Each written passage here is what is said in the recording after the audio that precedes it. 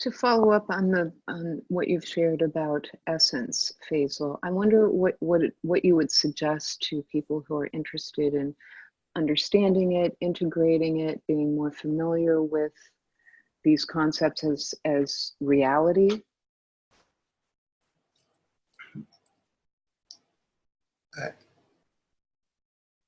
I mean, the thing I keep emphasizing in my talks, how about seeing it, its colors and light and all of those things. And because I am a seer sometimes not, and I'd like to name them from that perspective, because they really have those kind of colors and textures. So seeing is a gift that all of humanity have. There isn't anybody, any human who is not a seer, unless they're blind or they only see darkness. Otherwise, even the simple person, if you tell them, think of your car, they can have a picture of it. So they see, they have an inner seeing. Now, how to cultivate that seeing is a skill. You can become, you can, like if you're an artist, a visionary, some people have very beautiful imagination. Poets can cultivate seeing more. So it's a quality that you can cultivate and learn how to see more and be more open to looking and not resisting whatever images or colors or light that comes, and not fearing it, But seeing is like, can be also sometimes scary because you don't see only beautiful things. You need to be willing to see also the horrible things, the bad things. And the more you get used to looking and not being scared, you might begin to see and cultivate colors and textures, all of those things. But seeing is only one aspect that being or essence induce in us, the ability to see. But I know like some friends, they were not seers, and how they detected essence, one of them would taste it, He said, I could taste, I feel I am tasting something sweet, like honey, or something sweet. And I feel like, I said, well, I see gold and you taste sweet. So maybe the taste of gold is sweet, So then you could also taste. Some people can hear it. Musicians, I had a music friend, he said he can hear the different frequencies of the different substances that move in his system, And so some who are sensitive can hear sounds, They can hear some qualities have like a beat, like a drum beat, the belly center is like that. And some qualities like heart, like gold or chandelier or have heart.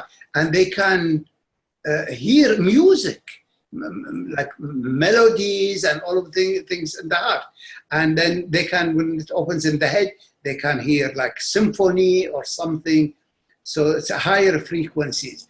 So it has also like hearing, tasting, smelling. Some people can smell.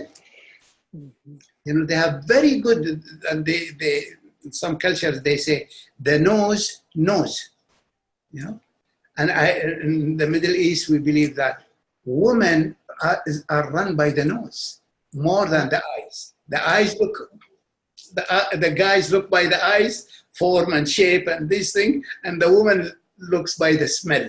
Oh, yeah. Yeah, what's the essence of that person? How does he really smell?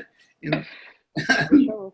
Yeah. Sure. And also, I know, one of the composers, I remember reading a biography years ago, and he was composing and conducting, and when the chamber orchestra would play his music, he'd say, "Play Violet. Can you not play Violet?"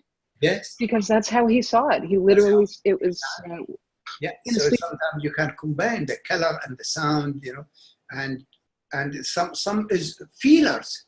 They don't see, they don't hear, but they feel this is dense, this is warm, this is milky, this is, they have sensitivity, different sensitivities. Mm-hmm.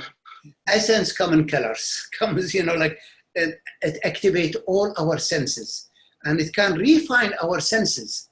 It can make them more upscale.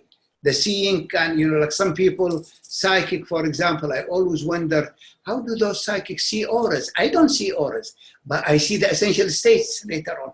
You know? I don't see the aura. You know? So some people have ability to see auras. I know many psychic who see auras cannot see essence. Essence is deeper. They cannot, with the moment essence come to them, they feel I am lost in a cloud, you know? So you can also, essence, the more you cultivate it, it also cultivates you. It cultivates your ability to see, your ability to hear, your ability to taste, you know? But our senses can tap on our soul, on the potential, on the qualities of our soul. You know? It can really be cultivated.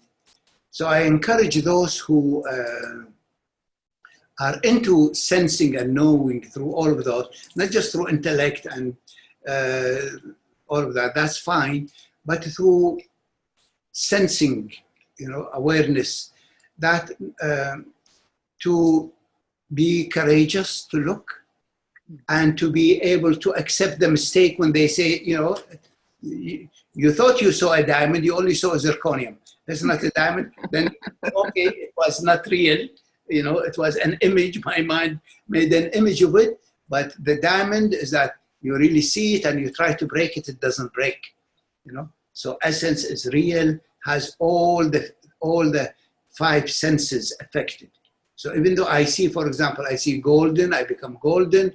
I also feel, when I become golden, I feel warm and dense and sweet, and you know, I mean, it has all of that come together. You know. So is there one way you would suggest people to either contemplate or meditate on that to help them deepen their relationship with essence? I mean, to find their preference, you know, is their preference to hear it? If so, when they feel something inside, a state happening inside, try to hear. Does it have a frequency? Does it hum? Is it like a flute? Is it like a guitar? You know, so to include your preference, if you like to hear. I talk about seeing, and I have many students hear me talk about seeing years. They don't have interest in seeing. So yeah, it's nice to see, but they like to taste. And some people like to hear. Or so I encourage each one, see what senses you like, you know. But it's so important to open your senses, to open your soul, to open your body, mind, psyche to many attributes rather than just knowing about it and thinking it exists, but not tasting the full range of it. So someone identifies that they're feeling joy or some other, what would be an essential quality. Right. They're feeling that, and so then go into, what does it sound like? What does it taste like? Right. To inquire into, like, you feel joy. Where do you feel the joy? You know. Then you say, oh, I can feel like, oh, my heart is, you know, like something there moving and excitement. Then okay, stay with your heart. You know, what does it feel? What is the nature of this joy? You know. Oh, I feel tingling, and I feel pulsation, and I feel streaming, or I feel excitement, or I feel melting, you know. So as they pay attention to what they're feeling, not to be satisfied by just the effect of it. Most of us now are satisfied by the effect. They say, I just want to be happy.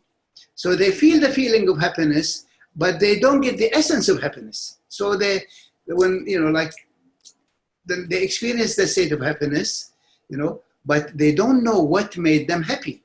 But when they say, you know, I feel happy, and I want to know what caused the happiness. It's not the glass of wine. It's not seeing my beloved. These are what might have triggered it. But then there's something, when I pay attention to it, feels like as if certain melting begin to open in the heart. I feel my heart begin to soften, to relax, you know, and I feel some warmth there. And the more they inquire into it more and more, they might discover there is something like a pool of substance in their heart, or it begins to spread in the body, you know. And then they might have a glimpse of something like shining, like maybe like gold, you know. because the essence of happiness is golden. So when this gold substance runs in the body, you feel happy. Sometimes you feel, I feel so dense and solid. I feel I am a rock. I'm a mountain. Nothing can move me. Then you say, okay, what is there? It's not an emotion. It's affecting your emotion that way. But it's something much more. An emotion cannot give it. Then you check, what is making me feel this emotion of solidity, of groundedness, of all of those things. Then as they might feel there is some kind of a presence in their belly. Their belly feels dense or even solid. Then they look and sense it more, to feel like, oh, there is some kind of something heavy metal there, but it's a good metal, shining metal. They might have a glimpse and they see, oh, there is silver there, or platinum, or a white diamond there, So then their inner seeing or sensing or knowing begin to cultivate, but through the inquiry in what they experience. They experience joy or happiness or strength or vitality, to not be happy with the effect. Take the effect, but ask for what's causing this effect. This is how we discover essence. So the joy, the happiness, the trust, the compassion, they are all inner qualities to be honored. It's not about the affect. It's definitely not about the trigger or the outside thing. It's what's streaming within. Yes. Sometimes you're just sitting and sheer happiness flows inside you. Mm-hmm. Now, no reason at all, and you feel sunshine came. So that gold flow somehow get free, liberated, Sometimes in meditation it happens. So it's not caused by, people, the big fallacy that people falling into, they think what produces those states is external agents, money or power or objects or things like, they get. No, they are flow of those substances inside. When they are liberated, when they flow, you're contented to even be a monk. That's why some of those high beings, high Rinpoche or gurus, go in retreats, sometimes 3 years, 3 months, just because they want to experience the purity of being. They are not ascetics, they are greedy like hell. They want everything, they want the whole treasure. Being with people distract them. They come to the surface of issues and states, but when they are alone in the purity of being and the states begin to unfold, the essential state to unfold, it's a treasure. It's King Solomon, a treasure circulating in your being. Then it takes away your dependency on this world or in others. Yeah, you become independent from this world. Right. What the Lord gives, takes away. You don't have anything to give me. The Lord gives, the being gives, being takes away. That's what Christ said to the devil. It's my being. You don't have anything. So it comes independence, like, I'm free. I'm really free from dependence on this world. I enjoy it. I share it, And it's wonderful for relationships, because most of the time relationships in a very deep level is demanded upon them to be the provider of those things. Make me happy, make me feel loved, make me feel taken care of, make you do something, but you are blocked. Even if I give it to you, you cannot take it. You have a blockage against this quality. Then it becomes, fights and misunderstanding in relationships, But if you know your way to your essence and your partner knows the way to their essence, then there is sharing, there is exchange, there is richness, there is so much, and less demand. If they don't have it, you leave them alone. You don't ask them to give you love when they don't have it. You say, I'm going to stay with my lack of love till my love comes. And I let my partner stay wherever they are till they get what they want.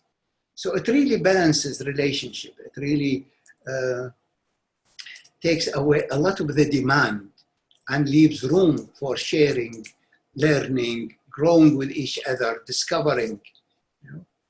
Well, that's an exquisite motivation Yes. Yes. to learn and deepen the understanding of essence. Yes. Yes. And you know, I want to talk to you about liberation that you mentioned, but Yes. let's end here, and then I'm going to go to the next one.